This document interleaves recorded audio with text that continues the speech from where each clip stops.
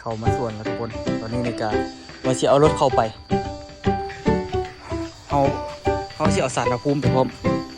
เป็นไม้เป็นตอกนี่กันหลายเติบนี่ทุกคนไม่แป้นมันอย่างใครที่เอาออกทางลุมแล้วทุกคนอย่างนี้เดี๋ยวคนสิไปบ้านของเขาโอ้ยวันสุดเจ้าบุญได้มานำว่าสันว้าทับสาวนี่ก็ได้แล้วง่ายสุดแล้วไปงั้นเอาเก็บซิปกับสามเมตรแง่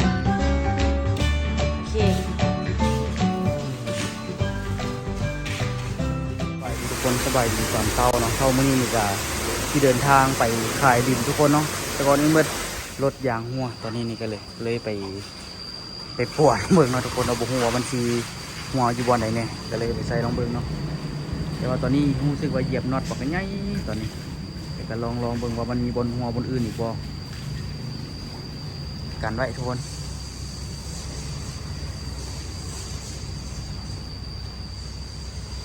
แห่งว่าเป้าแห่งมาอย่างหัว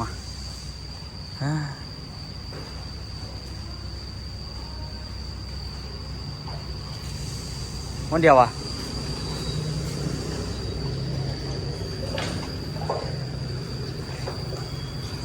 ต่างจีดเลย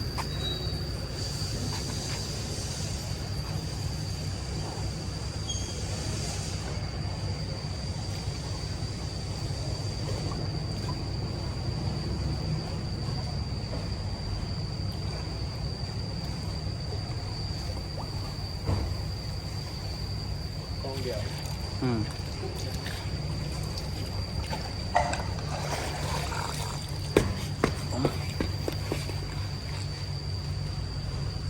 มีแต่จอดแล้วตัวกับฮิปเฝ้าไปเลยทุกคนเพราะว่าเป็นนัดข้าเจ้าตอน10 โมงเนาะต้องไปฮอดก้อนเขาให้มันได้ตอนนี้ก็พยายามยีเพชรทิพย์แล้วที่จริงมันเริ่มเฮลมาแต่ล่องซานแล้วทุกคนเริ่มเฮลมาแต่เทศสมบูรณ์แล้วแต่ว่าก็ยังขี่รถบืนมาได้เนาะใครแต่ว่าโบตีนแตกอยู่ระหว่างทางตอนมามันเฮลแต่ตัวก็รู้สึกมันเฮลกว่าอื่นแท้สินะแต่ก็ยามเถอะขี่รถมาใครแต่บหัวน้ำฮอดเงินจนเศร้าพี่มันจึงว่าเฮลหลายนะทุกคนจอดไว้ข้างคืนเนาะเลยว่าโชคดีไปที่แบบว่าบหัวแล้วแต่มันค่อยๆออกเนาะมันอยู่ได้อยู่แต่ว่ามื้อนี้คันว่าโบเฝ้ากับสูบเอาไว้แล้วไปเวียกก่อนก็ได้แล้วจึงเปลี่ยนก็ได้แต่ว่าทำซาแล้วตัวบุอยากให้มันมีปัญหาน้ำหลังเนาะที่เพชรทิพย์แล้วเหยียบน็อตจะไปเหยียบเฉยหุ่น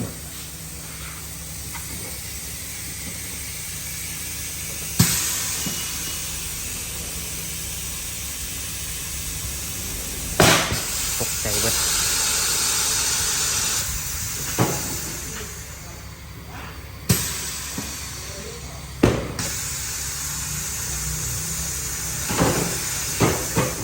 มีอันนี้ยุ่งเลยนี่โคตรสบายเวลาจอดเวลาอย่างเนาะ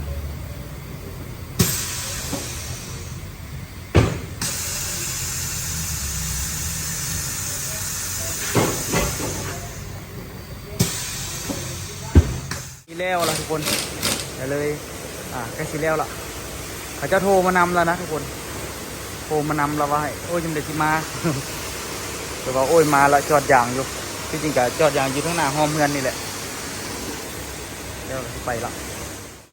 สิไปฮอดสวนแล้วทุกคนก็เลยว่าสิไปสวนก่อนเพราะว่าเขาเจ้ายังบ่ทันมาเด้อเขาเจ้ายังคาบเฮ็ดเอกสารอยู่ก็เลยว่าอีกประมาณชั่วโมงนึงพุ่นล่ะเขาว่าอีกประมาณชั่วโมงนึงเขาก็ออกไปสวนก่อนยังทันอยู่สัมสาเขาเจ้าแล้วเวียกแล้วเขาจึงออกมาหาเขาให้อย่างม่วนเก็บผลใหญ่เข้ามาส่วนแล้วทุกคนตอนนี้ในกาว่าสิเอารถเข้าไปเขาสิเอาสารพระภูมิไปพร้อมเพราะมันเป็นสารพระภูมิของเคยนาเพิ่นซื้อให้เอาไปไว้เฮือนปูไม่ยาพอเท่าไม่เท่ากันอยู่นี่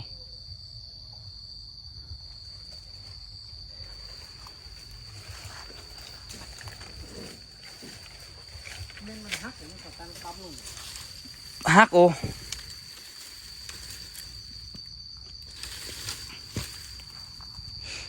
เด็กกงสีดาก็ออกอันนั้นเต็มพอสีดาก็ออกดอกเต็ม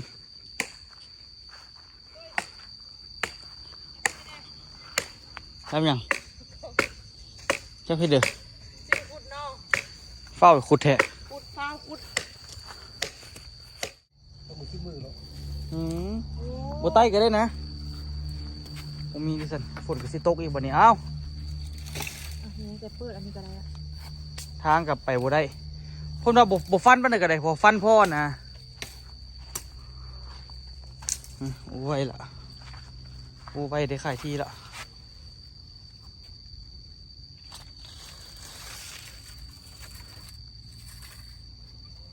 น้ำแรงมาไว้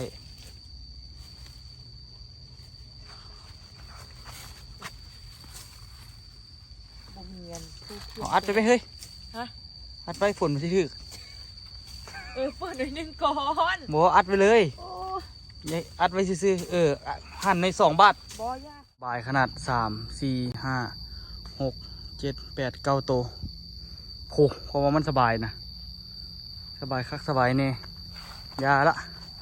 ส่วนสิอยู่กับอยู่บ่อยู่ก็แล้ว อันนี้นี่แล้วแต่เขาล้มกันเองเลยเขาเจ้าซีจัดการกันจังไดเรื่องคนเลี้ยงงัวอยู่นี่เพิ่นก็บ่ฮู้คือกัน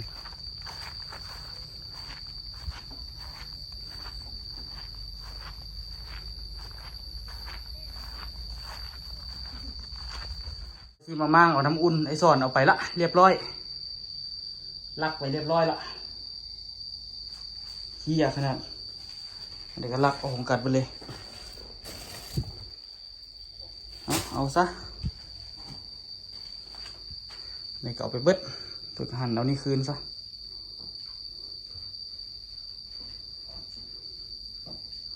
สวมดีๆเลยสวมกันเลยสันเลิศขนาดย่าให้เขาสวม มั่งเอากระโพดตัวเนาะอันใดก็จนใหญ่ไปแล้วเสียดายเนาะอยากให้เป็น FC เขาได้ที่เป็นคนซื้อต้นไม้ต้นตอกบ่ต้องได้ลงมือเฮ็ดเองเลยอันนี้คือมีครบทุกอย่างแค่มาอยู่ซื่อๆอยากให้เป็น FC มาอยู่ขนาดเสียดายที่บ่มี FC ผู้ใดซื้อนำ FC คนลาวที่อยู่ต่างประเทศอย่างวันนี้อยากให้เพิ่นมาซื้อนำเด้บ่อยากให้คนอื่นเอาตอนนี้ตัวแปลงทางเอารถเข้ามาได้แล้วทุกคน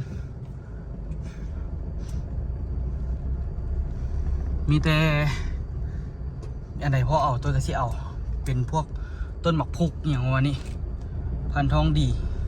เสียดายทุกคนหมักพุกแซ่บเป็นหมักนาวอย่างก็ดีขึ้นกันแต่ว่าให้เขาซะ อันไหนพอเอาได้ตัวก็สิเอาคืนเนาะเอาเรากลมข้ามซื้อข้ามบ้านเนี่ยข้ามบ้านซื้อเบียร์น้ำเขาFC มาเฮ้ยแม่นเนี่ย อันกุกนึงอีกกุกนึงอันกุกนึงที่กุกอ่ะ ของพอไซไม่หมดนะ นี่คือ2กุกเลย คือเขาได้ซะ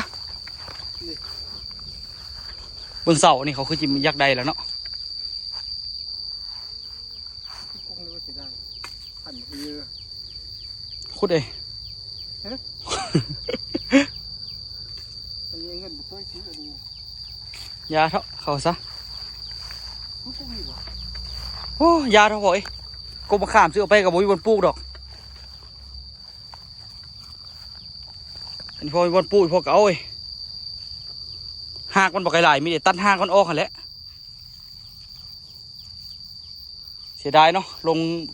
ทินลงแหงทุกอย่าง เป็นดอกเป็นอันไม่หรอกเป็นอันมากหรอกมะขาม ลงทินลงแหงทุกอย่างละสุดท้ายเขามาอยู่ปวดวัดทักษาเอา บุยูตี้เขาอีกค่ายอ่ะ กระโบหูว่าเขาจะขายต่อบ่มันกระเบาไปซื้อๆเขาอาจจะมาอยู่ก็มีเขาอาจจะมาบวชระบัดทักษาเอานำในหนองก็มีละพอดีปล่อยป่าได้ดินำแรกนี่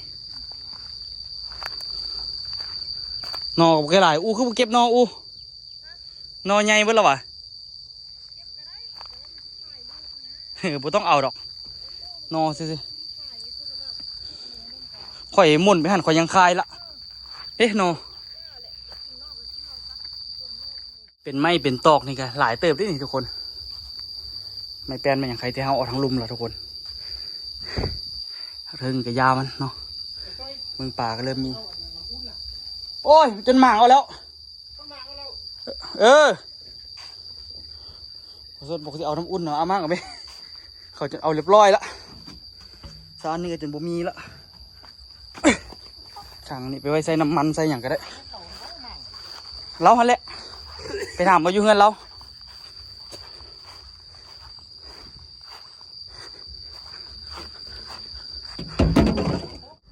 ไปก่อนเด้อไปอยู่ทางเจ้าใหม่เด้อให้เพื่อนนักส่งนักษาเอาบุยเวลามาคำไปคูณเด้อ คำไปคูณเพื่อนซะทำกับไปคำไปคูณทางหน้าเขาก็ได้ เขาก็ไปคำไปคูณทางหน้าเอา อย่าให้เด้อพอเด้อ ใครให้ มึงคนเขียน เอาอันนี้บ่เอาในสันโฮมเอา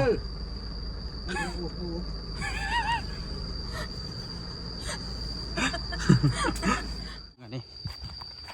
เดี๋ยวคอยชิไปบ้านน้ำเขาโอ้เมื่อวานสุดเจ้าบุญได้มานำว่ะสันว้า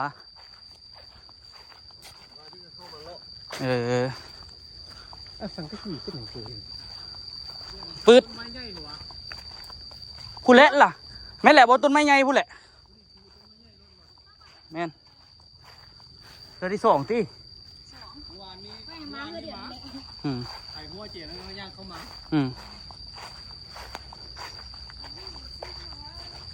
โอ้ไว้ซื้อนี่แหละ ซื้อไว้ซื้อพักผ่อนนะพักผ่อน เงินเจ้าอยู่ใส่โอ้ นี่ก็เขามาขำเป็นมากกว่านี้ใดพดออกเพราะว่าย่านเขาลักตอนนั้นข่อยเราไปใส่อยู่เงินซื้อเงินหนังนึ่งที่ยูนาแก้วทำจ่ายเงินเมื่อกี้ยู โอ้ นาแก้ว200 ล้านเขาซื้ออะไรอันเนี่ย ไล่ฝ่ายซื้อไว้ซื้อ ว้าซื้อไว้อันนี้ข้อไก่เก่าค่อยคันตั้งแล้วก็ใส่โค้งแล้วก็ได้ซื้อหรอบ่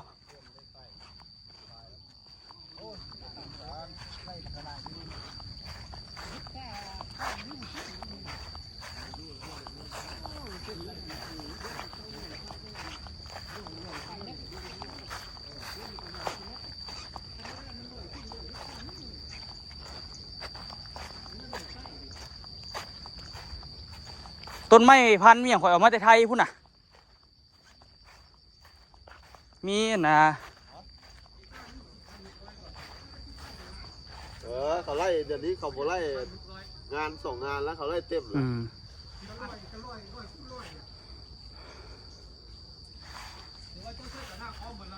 แต่น้ำกอกอ้อมมดมีแต่ทางนั้นบริษัทเสาซีเมนต์ทางนั้นเมียนสุดก่อนเขาไปรักตะน้ำกอกคนนี้หน่อยนึงนี่ปะไว้ละเป็นนั่นเลยนะตัวนั้นคือว่ามีแต่นั้นนะมีแต่เป็นแมนทางนั้นข่อยบริษัทเสาซีเมนต์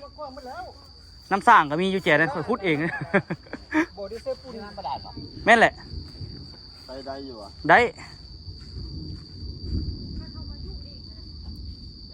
คอยดึงหัวกระโหลกมันพวกสินไฟกับฟ้าเบอร์ตัวมันมีฮะไฟผุ่นฟ้านี่ถ้าปลาให้เบอร์ตัวแมนปะให้หมดไฟฟ้าแต่ว่าไฟฟ้านี่สุดก่อนกงเตอร์เป็นกงเตอร์ไงข่อยละเล่นเอากงเตอร์น้อยเดี๋ยวนี้ข่อยเล่นข่อยจ่ายเงินมาละมีแต่ถ่าเขามาใส่ข่อยเชื่อเอาเบอร์ข่อยเจ้าต่อข่อยจ่ายเงินอย่างเมื่อละข่อยเจ้ายังถ่ากูต้าออกมาอยู่ว่าซั่นมักซีดาข่อยก็มาแต่ไทยมันก็เอามาแต่ศรีสะเกษมันก็มากันหวานมาเก็บแซ่บมีครบต้นหมักตองต้นหมักม่วงต้นอย่างแต่กี้ข่อยอยู่ดอนหนุนนี้ข่อยไปเอาเมียใช้สมบูรณ์แล้วบ่มีเวลามาเลยแมนมันอยู่ไก่โพดนั่นว่ามัวนี่เขาเจ้าเศร้าอ่ะให้เขาอยู่ล่าสินะบ่ให้มันหกแบบว่าให้เขาดูแลหัวห้าวให้สินะให้เขาอยู่ละค่าไฟข่อยกระจายเขาอีกเจ้าพวกพันกุ้งเตอร์ไฟนั่นแหละโดย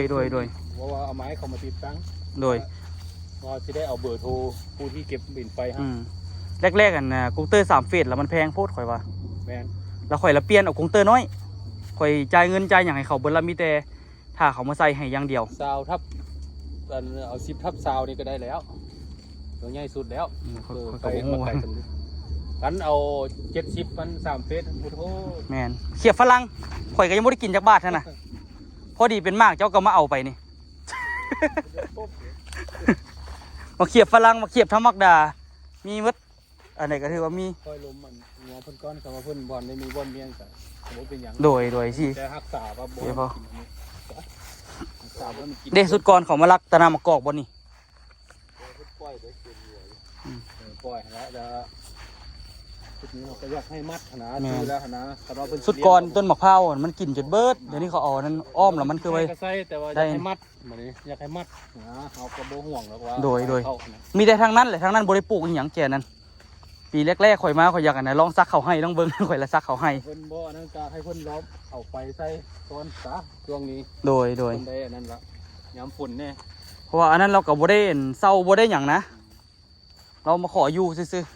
เอามาตัดบาดเดียวเขามีผลกระทบแน่เนาะ ๆแม่น ตัดบาดเดียวมันก็บ่ได้คนเฮา แม่นแหละ เรียบร้อยเอาตะนอกก็นั่งเบิดมันบ่อยู่เอาเป็นอีก แม่ที่ได้พัดน้ำมันจะไทยไม่ได้เองนะ เหนียวหัว ปลูกเป็นนิดได้ไข่ฮอดส่งแสน3แสนได้ด้วยมันปลูกกิน บ้านก็นี่เป็นร้านให้เจ้าหัวเข้ามานี่ แม่นเนาะ ถ้ามีหญ้าสิ อันนี้บ่นั้นข่อยนะ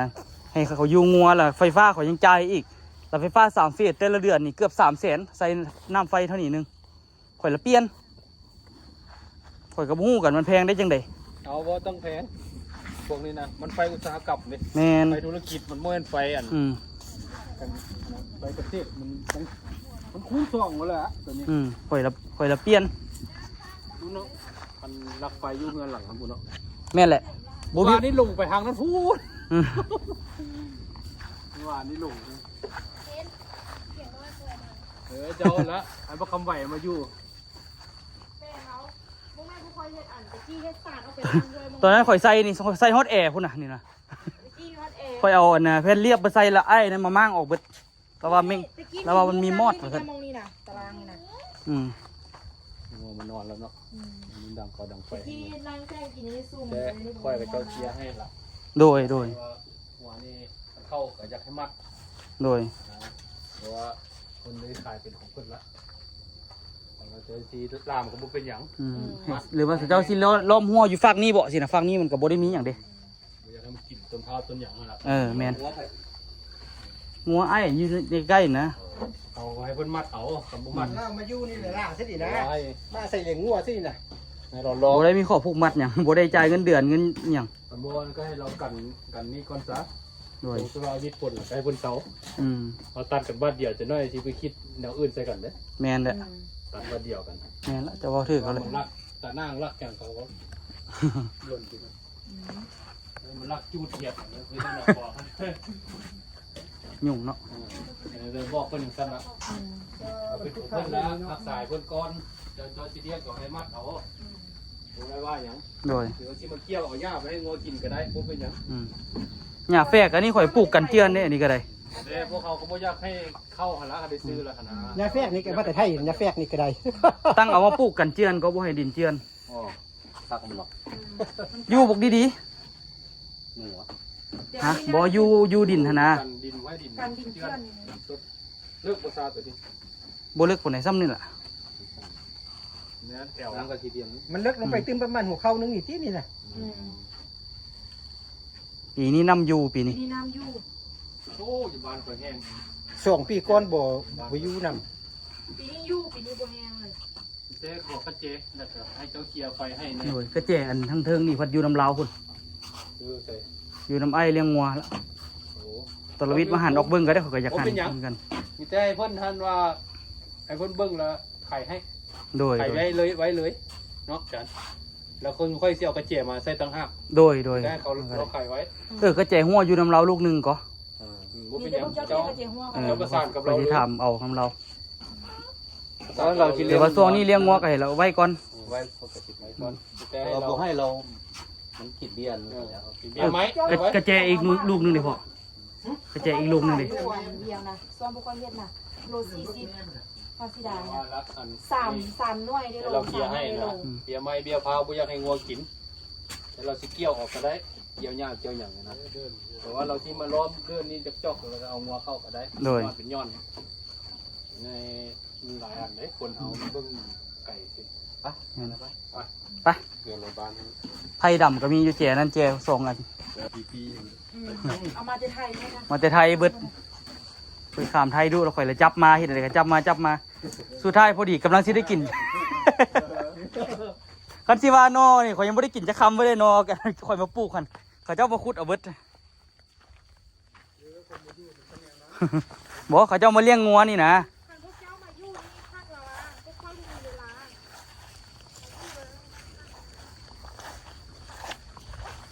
ว่างก็ออกไปทางอันออกไปที่เป็นทางออกทางเยอะเลยดินี่ก็ทางเยอะเดี๋ยวนะเอาหน่อยค่อยๆเขียนยางหลัก ไก่เนาะ บักไก่ย่าอ้อมจะเป็นทางเยอะ เรื่องพวกบักหวานแล้วพวกนี้ กินไม่เอาเปลือกก่อนว่า ไม่ที่ ทาง บั นี้ ก กับ หวาน ทางนี้ทาง ข่อย ไก่ก้น นี่นี่ที่แม่เนี่ย ข่อยก็ยังบ่ได้กินซ้ำนี่ เห็นบ่อันไหนข่อยกำลังสิได้กินข่อยบ่ได้กินซ้ำมีครบนะ มากมีอย่างอ่ะอยากปลูกให้มันมีไว้ทุกอย่างเด้สมัยนั้น ปัจจุบันค่อยมีบัวเหลืองอะไร ต้นอันนี้นี่วะ อันนี้เขาก็สิขุดเอานะ พุดเอา ถ้ากำลังเป็นมาก เอามาพุดเอาคืนเลยนะ เป็นไปโดนแล้ว เอาว่าหน่อไม้คือกัน ได้ขาย2-3เทือนแล้วนะ น้ำไม้นี่บ่เหลือแล้ว เป็นเนื้อหน่อไม้อยู่บ้านค่อย โอ้ นะ ยก็อย่างที่หาว่าหามันหาออกนี่ค่อย น้องไม่ไล่เนี่ยไม่กิมซุงเนี่ย หัวจนยุ่งหาเราไม่ไล่แบบนี้นะต้มเมื่ออย่างไร เจ้าไทยบ้านนี่วะ ฮะ เฮ้ยไทยบ้านนี่ อันนี้อยู่รองซาน เขาอยู่ใส่ถุง แต่ว่ากะย่ายไม่แต่อันนี้ได้แขมวิงจันทน์เด้ทินฐานเขาเจ้า เจ้าเด็กอะ ข่อยอยู่ดอนนูนนี้ แม่ค่อยเป็นไทยอันไทยโดน แม่ กวด ไทยกับบ้านนี่เนาะ โมเมนอัดหัวกับโมเมนเฮาอัดแล้วได้ป่ะนี่เขาอัดแล้วได้โอ้เขาก็แจเขาก็สิเอาเลยเลยแหงที่สร้างมานะ สิบวาวบิวอารมณ์ค่ะ แหงที่สร้างมาเรียกว่า2-3 ปีสุดท้ายเขาเอาไปแล้วเด้หัวเขาก็ได้อัดเองละ พอแล้วตุ้ยพอแล้วงูแล้ว บ่ให้ดู ให้เอาบ้า ให้ก่อนนะ ก็เจอค่อยให้ ให้ก่อน ได้มันตัว ไปแล้วเด้เซ็นมื้อนี้จบบ่เด้บ่เป็นของเฮาแล้วเด้บัดนี้ บอกแม่ก็ดีสิโบมาแล้ว มันเป็นซื้อคนอื่นแล้วเด้มันเป็นของคนอื่นละให้ดู เจ้าก็ได้เนาะสิค่อยให้เลย ไปจบละอาจจะบ่ได้เห็นเลยละบัดนี้ ให้แม่แม่ใครก็เศร้าแม่เนาะ อาจจะบ่ได้เห็นเลยแล้วบัดนี้ ให้อยู่พ่อด้วยเศร้าด้วยยากอยู่ มันยังสะอื้น ออกไปแล้ว อันนี้ดีๆปัญหาทุกๆอย่างที่มีเขาแก้เขาเบิดละแต่ก็ถือว่าเป็นโชคดีเขาที่แบบว่า ค เขา ณะ มา บ เอา มีทางที่เขาขายยากตุ้ย ในแล้ว เขามีทางที่เขาขายง่าย คันบ่มีทางนี่ยากเลย เขา เนาะ เดี๋ยวแม่นจะไปยู่เนาะ อยู่กู ดินก็ถือสมบูรณ์ต้องซื้อขาย ขายก็ยากเขาละ อยากกันแล้วเขาเรื่องของเขากลับทุกคนบัดนี้แยกย้ายใช้ชีวิตของใบของเราจบละ โอเค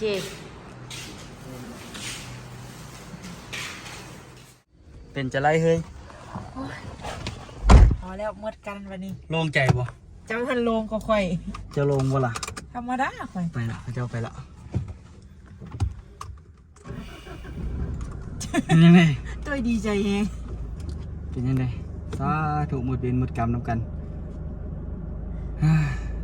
โดนรับบันนี้สิได้เข้ามาทางนี้ ยังสิเข้ามาอยู่ เขาไปเอาพัดลมก็ไปเอานั่นทั้งคืนก่อนปั๊ม ความเมียง ปั๊มน้ำเลยแม่ไม่อยากจะยุ่งเฮือนระเบิดขนมาเฮือนเบิดเลย เอาไปมืดอันนี้เลย คุณมืดนะยกเครื่องเมียงอะไรมามืด จกส่วนเมียมาเมื่อเด้อเดี๋ยวเอาคืนเอาจบกันเดี๋ยวคอยจะไปล้มเขาอีกกลับบ้านเราเมื่อเวรเมื่อกรรมกับพลเวทสภาพไปล้อมแถวนี้นี่ไปเข้าไปเบิ่งแล้วโอ้พวกนาอยู่อีหลี เครื่องเสียตลอดเนาะ เครื่องนี่เสียเดี๋ยวนี้นี่ปั๊มนี่บ่ได้คืนเขาอาจจะเอาไปขายละหรือว่าอาจจะไอสอนเอาเมียนกับโบฮู้อันนี้คัน นว่านั่นไว้กับบางทีกับมือหนาก็สิมาเอา เส้นตุ้ยเคยทำส่วนบ่ เคยถามตอนมามือก่อนนี่เนาะอูเนาะ เราว่าเอาไว้เฮือน แต่ว่าเราเอาไว้เฮือนเราว่านะเพราะว่าจิซอกเอาอยู่ไปมาเก่งเจอเขายาเท่าบางทีก็บ่เอาเลย เอาเลยค่อยว่า บ่เอาเลยโซทิ่มเลยหมดเวรหมดกรรมเลย ลำของสมันยา จบกันละ เอ็กเพิ่นเอาไปใส่ซะเอาไปใส่กัน จบกันเลย อุ้ยเบิ่งดู หมดเวรหมดกรรมกันเลย กำลังตึกกระดุมอยู่อู้น้ำท่วมหัวพี่มันเนาะ นี่ทางตึกกระดุมเขาเมียนแล้วดิโอ้ยังตึกอยู่ไม่ตู้อันนี้ ใจสู้ได้ไปตูเลย ลงไปน้ำพุ่นน่ะโอ้บอกให้หลายคนอู้อ๋อน้ำล้นไปพี่เบิดเนาะล้นไปพี่เพิ่นน่ะเมิดนะ อู้หนาน้ำท่วมเลยค่ะ เนาะน้ำท่วมนาคือสิเฮ็ดนาบ่ได้เนาะ จะมากระลง อ๋อแถวนี้ท่วมหมดเลย คือว่าอะไรเมื่อวานนี่ฝนตกแฮงข่อยว่าน้ำอยู่หุ้นก็ขึ้นหลายข่อยว่า ลองสารคืนแท้ เนาะกลับไปพอดีนี่ ท้ายเดือน จบ นี้ ละ สกุลดำนาเนี่ย มีแฮงเด้ เมื่อเช้านี่โทรมาหาคอยอยู่ โทรว่าจังได๋ มาจ่ายค่าอันเดี๋ยวก่อนค่าปุ๋ยนะ ประมาณถึง4 ล้านปลายแล้วจ่าย3 ล้านก่อนแล้วอีก1 ล้านปลายฮันขายยางเงินนาก่อนเพราะว่าทางตอนนี้อันซีอันเอาเงินไว้ไปจ้างคุณดำนาท้ายเดือนนี้ อ่ะจบละ พอได้ขายอยู่ทุกคนปุ๋ยกันไหนเขาเจ้าสิเอาแบบเอา30-40 เป่าแล้วเขาก็จะจ่ายเป็นงวดแบบนี้แหละยางคิดยางได้เงินแล้วก็สิมาจ่ายสินะ จบละทุกคน สิ้นสุดละ สิ้นสุดความนักใจตัวนี้ เป็นนัก ถึงแบบว่าราคาที่บ่สูงหลายแต่ตัวกับพอใจในราคานี่เนาะอูเนาะ เมียเราถ่ายคลิปก็ได้เงินจ้า คือมันไผมาถามรุดนี่ตัวบ่รุดเลย เด็ดขาดตัวบ่รุดเลย ซื้อสิเอาก็เอาบ่เอาแล้วก็แล้ว แต่ว่าก็เสียดายที่บ่มี FC ผู้ใดสนใจเอาซื้อถือว่าราคาถูกแฮงเด้คันสิเทียบนะ ตุ้ยขายทุกคนว่าซี่เหลือป้ายมั้ยเนี่ย 480เคยประกาศขายนะก็ยังขายยากไปนึงแหละ 350จะปุ๋ยเพื่อเอานะ โอ้ยังบ่เคยลองเนี่ยอันนี้ยังบ่เคยลองโพสต์แต่ว่าตัวแบบว่าตั้งใจอยากขายไว้ก็เลยตัดสินใจขาย280 ก็ถูกน้ำท่วมหมดเลย ท่วมหมดแล้ววะหลังนั้นท่วมหมดเลย กินข้าวนะเฮาเนาะ น้ำพิงเขาเปียกเจี๊ยไข่มุกนะ คือสิเลี้ยงแกงเลี้ยงลาบอยู่นี่ก่อนหิวข้าว เลี้ยงแกงเลี้ยงลาบ กินลาบกินแกงแค่แล้วเนาะขายดินได้เนาะ บ่ขายดินกับปลา ข้าวเป็นลาบตัว พอจะบ่ขายดินกับปลาแล้วบ่ได้กินเอาแกงกับลาบนะ เอาหิวข้าวเลยมันอยู่ใกล้สุดเลยล่ะ จบ พ่อจะกินลาบดิบดิฮะ บ่เสียดายแล้วที่อูปะนี่ เห็นเงินแล้วบ่เสียดายนะ บ่ข่อยไปเจอสภาพแวดล้อมมันข่อยแฮงบ่เสียดาย ไม่เห็นเมื่อกี้เขาไปเห็นเขาบอกว่าคือเจ้าอยู่ สภาพแวดล้อมที่แบบว่าเบิ่งก็บ่ได้ เมื่อกี้ อยู่ใกล้ก็บ่อยากอยู่เลยนะ ค่อยบ่กล้าเหลียวเบิ่งต้นไม้นะต้นหญ้าเบิ่งเถียงกันเลยแบบเห็นแล้ว แล้วเป็นหยัง เห็นแล้ว คิดว่าตอนแกงนอกินวะ คิดฮอตอนหานอนแล้วมานอนเล่นนั่นน่ะสิ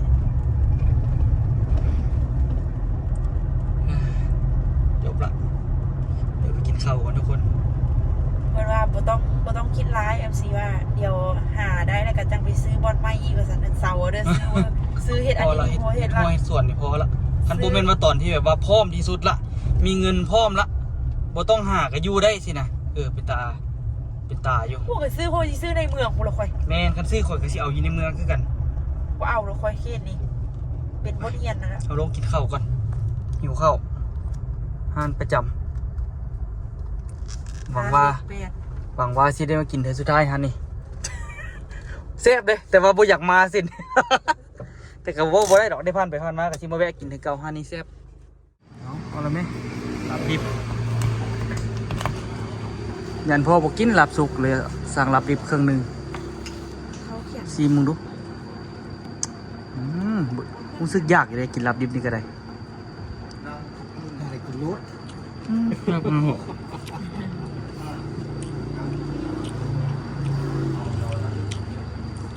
โอ้มีแหงว่ะ แกงซะละแล้วก็สร้างแกงดีกว่า ครับ ช้างแกงฮันนี่จะแซ่บบอกเลยเนาะขอเคยพาไปมาปะเคยพาลุงเด่นมาฮันนี่ เขากับพ่อมากินแล้ว กินหลายเทื่อแล้วหาโอกาสได้มาวันนี้อู มาอีกก็ซอกซื้อดินแถวนี้อีก จบละ ได้มาตลอดนะบอสน ง่ายๆปั๊มโปง่ายๆกันละ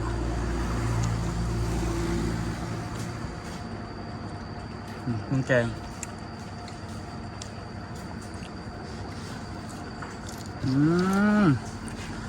ของแท้เด้อแกงนี่นะ น้ำมาเลยเอาตู้กิน เอารสตอนเปื่อยทุกคนกูบอกเลยว่าแกงฮันนี่โคตรเด็ด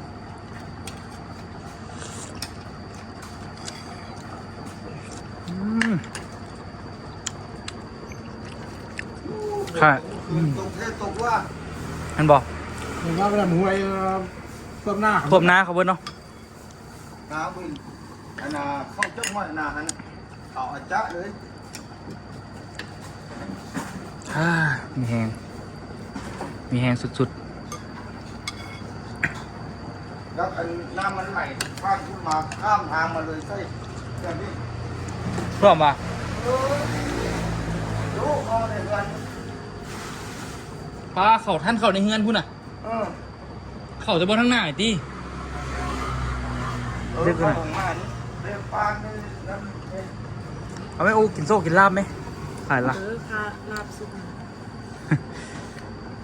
หับส่งหับลาบเลยทุกคนนี่